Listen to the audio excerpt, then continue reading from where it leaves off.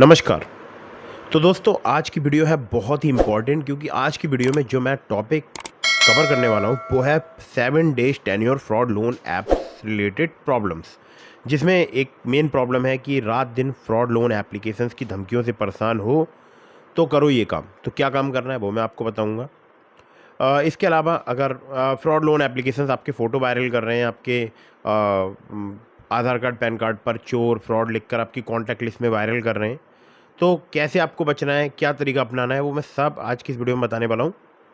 और लोन चुकाने की भी आज के इस वीडियो को देखने के बाद झंझट खत्म हो जाएगी। मतलब फर्जी लोन एप्लीकेशंस का लोन वगैरह चुकाने की भी झंझट बिल्कुल ख़त्म होने वाली है इस वीडियो को देखने के बाद। तो सबसे पहले बात करते हैं कि फ्रॉड लोन एप्लीकेशंस कौन सी एप्लीकेशंस होती हैं।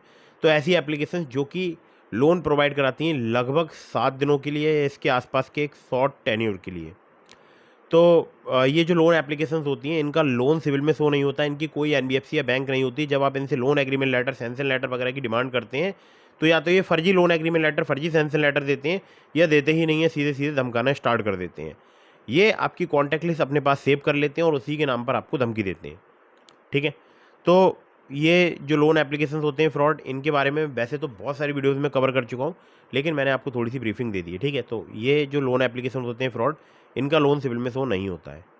और ज़्यादातर जो एप्लीकेशंस हैं फर्जी लोन एप्लीकेशंस, वो 99.99% केसेस में 7 दिन का लोन प्रोवाइड कराते हैं। 7 दिन मतलब 7 दिन। ठीक है।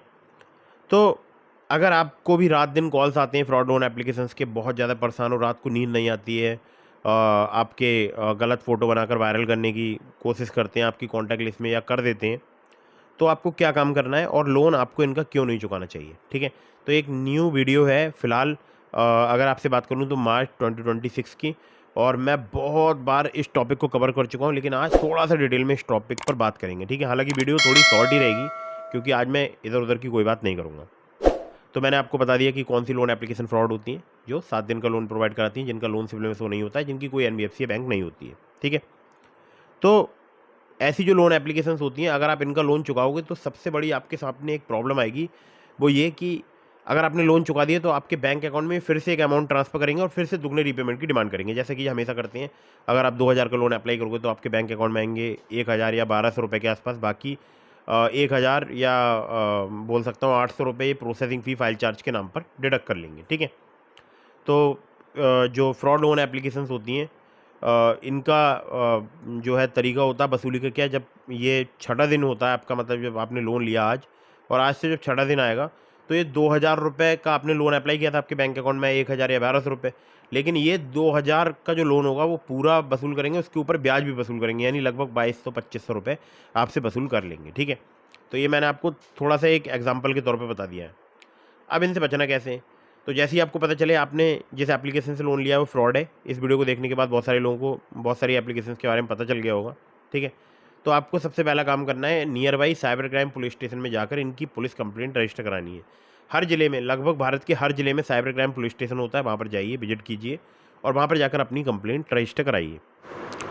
तो जो भी पुलिस ऑफिसर वहाँ पर बैठे होंगे उनको आपको पूरी बात बतानी है कि कब आपके बैंक अकाउंट में पैसा आया था और कब कब आपने कितना रुपए का रीपेमेंट किया है या नहीं किया है, तो वो भी आपको बताना है। और उनको पूरी बात बतानी है कि भाई देखिए, मुझे नहीं पता था कि लोन एप्लीकेशन फ्रॉड है, बट अभी मुझे रिसेंटली पता चला है कि लोन एप्लीकेशन जो है फ्रॉड है, स्कैम करते हैं लोगों के साथ।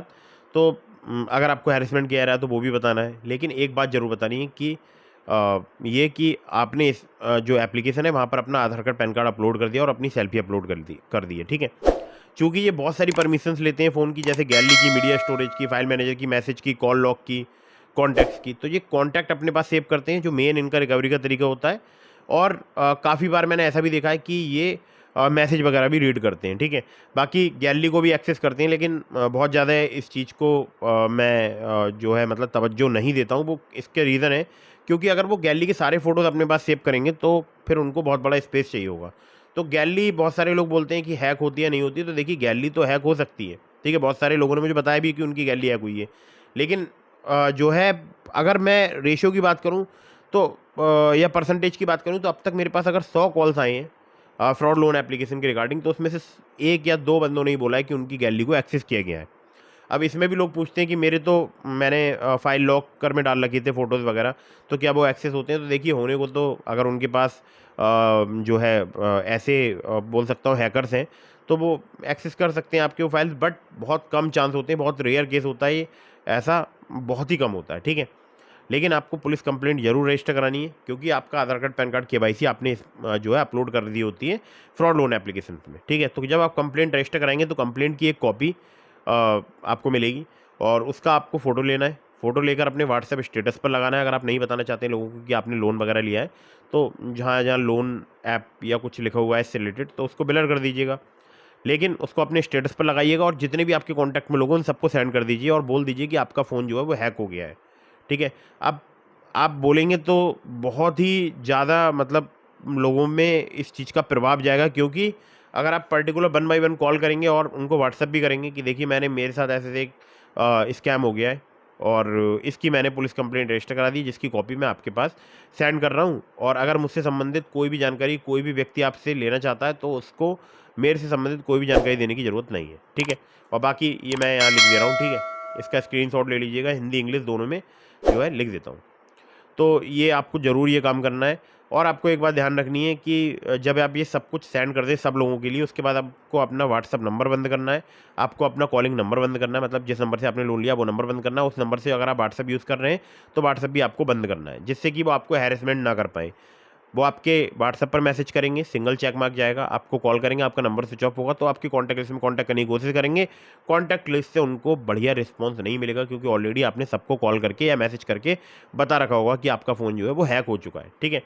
और बहुत सारे लोग मुझसे पूछते हैं कि हम अपने घर वालों को नहीं बता सकते हैं। तो देखिए, वैसे तो घर वाले ऐसा कुछ नहीं है कि जो है आपके साथ में कोई ऐसा दुर्व्यवहार करेंगे, लेकिन बताना ज़रूरी इसलिए भी होता है कि उनको भी पता लगे कि भाई आपके साथ में एक जेन्युइन प्रॉब्लम हो चुकी है। और लोन लेना कोई बोल सकता हूँ कोई क्राइम नहीं होता है, ठीक है। बहुत लोग लोन लेते हैं, कोई ऐसा क्राइम नहीं है, ठीक है। बहुत बड़े बड़े लोग भी लोन लेते हैं, बिजनेसमैन जिनकी मिल्स चल रही है वो भी लोन लेते हैं, ठीक है। लोन पे व्यापार करते हैं बहुत सारे लोग, तो लोन लेना कोई गलत बात नहीं है। लेकिन जो है इसको इस नज़रिए से लोग देखना स्टार्ट कर चुके हैं कि लोन ले लिया तो पता नहीं कौन सा पाप कर दिया, ठीक है।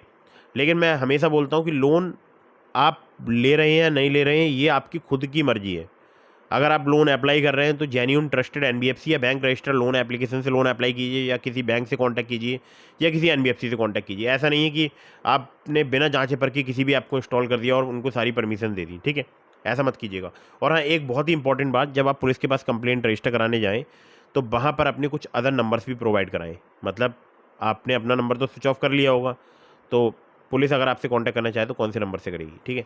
तो वो भी आपको बात ध्यान रखनी है। और एक बात विशेष ध्यान रखनी है, बहुत सारे लोग ऑनलाइन साइबर क्राइम पोर्टल में कंप्लेंट रजिस्टर करा देते हैं, या 1930 पर कॉल करके कंप्लेंट रजिस्टर करा देते हैं। तो आपको बता दूं, अगर आपने ऑनलाइन साइबर क्राइम पोर्टल में कंप्लेंट रजिस्टर कराई है तो वो भी आपकी नियर बाई पुलिस स्टेशन तक फॉरवर्ड कर दी जाती है। तो ऑनलाइन जो आपने कंप्लेंट रजिस्टर कराई है उसकी हार्ड कॉपी जो है प्रिंट करके उस पर अपने सिग्नेचर करके जो भी इन्वेस्टिगेशन ऑफिसर है उनको जब आप प्रोवाइड कराएंगे विद इन 72 आवर्स, तब उसमें आगे फर्दर प्रोसीडिंग्स स्टार्ट होंगी, ठीक है। तो आपको ध्यान रखना है कि अगर आप ऑनलाइन कंप्लेंट रजिस्टर कराते हैं तो इन बातों का ध्यान रखें, ठीक है। और ज़्यादा टेंशन लेने की ज़रूरत नहीं है, 10 से 15 दिन में आपके पास कॉल्स मैसेज वगैरह आना बंद हो जाएंगे। फिर आप दोबारा से सिम का यूज़ कीजिएगा, ठीक है। मतलब सिम इंसर्ट कर लीजिए, नंबर चालू कर लीजिएगा, व्हाट्सएप चालू कर लीजिएगा। और अगर फिर भी आपको कॉल आती है तो फिर 1-2 दिन के लिए नंबर वगैरह स्विच ऑफ कर लीजिएगा, ठीक है। लेकिन घबराना, डर के इनका रीपेमेंट नहीं करना है। अगर आपको पता लग जाए कोई फ्रॉड लोन एप्लीकेशन है तो रीपेमेंट नहीं करना है। अगर आप रीपेमेंट करेंगे तो आपका बैंक अकाउंट भी फ्रीज हो सकता है सस्पिशियस ट्रांजैक्शन एक्टिविटी के कारण, ठीक है। हमारे बहुत सारे सब्सक्राइबर्स हैं जिनका बैंक अकाउंट फ्रीज भी हुआ है, ठीक है। इसलिए मैं आपको समझा रहा हूँ कि आपको पैनिक नहीं करना है बिल्कुल भी। जो मैंने आपको बताया, आप नियर बाई पुलिस स्टेशन जाइए, इनकी पुलिस कंप्लेंट रजिस्टर कराइए। और जब भी आप कभी लोन अप्लाई करें तो हमेशा जेन्युइन ट्रस्टेड एनबीएफसी या बैंक रजिस्टर्ड लोन एप्लीकेशन से ही लोन अप्लाई करें। बहुत सारे मैंने लिंक आपको डिस्क्रिप्शन में दे दिए हैं, वहाँ से आप अप्लाई कर सकते हैं। लेकिन terms and condition, loan agreement letter, sanction letter जरूर ध्यान से पढ़िएगा। और मैं किसी के लिए भी ये नहीं बोलता हूँ कि आप लोन लो, ठीक है। मैं लोन लेने के लिए किसी को भी इनकरेज नहीं करता हूँ। लोन लेना और ना लेना ये जो है जो भी व्यक्ति होता है उसकी खुद की चॉइस होती है, ठीक है। तो मैंने जो भी आपको डिस्क्रिप्शन में लिंक दिए वो सभी जेन्युइन ट्रस्टेड एनबीएफसी या बैंक रजिस्टर्ड एप्लीकेशन से उनका लोन समय पर चुकाइएगा। और terms and condition, loan agreement letter, sanction letter जरूर ध्यान से पढ़िएगा। और ध्यान रखिएगा, मैं ये जो वीडियो में मैंने बोला है कि लोन नहीं चुकाना है, वो फर्जी लोन एप्लीकेशन का नहीं चुकाना है, ठीक है। जेन्युइन जितनी भी एप्लीकेशन से आपने लोन लिया है, जिनका लोन सिबिल में से होता है, जो कि अच्छा टेन्योर प्रोवाइड कराते हैं, तो उनका लोन समय पर चुकाइएगा, ठीक है। जो एनबीएफसी या बैंक रजिस्टर्ड एप्लीकेशंस होते हैं, उनका लोन आपको हमेशा समय पर चुकाना चाहिए।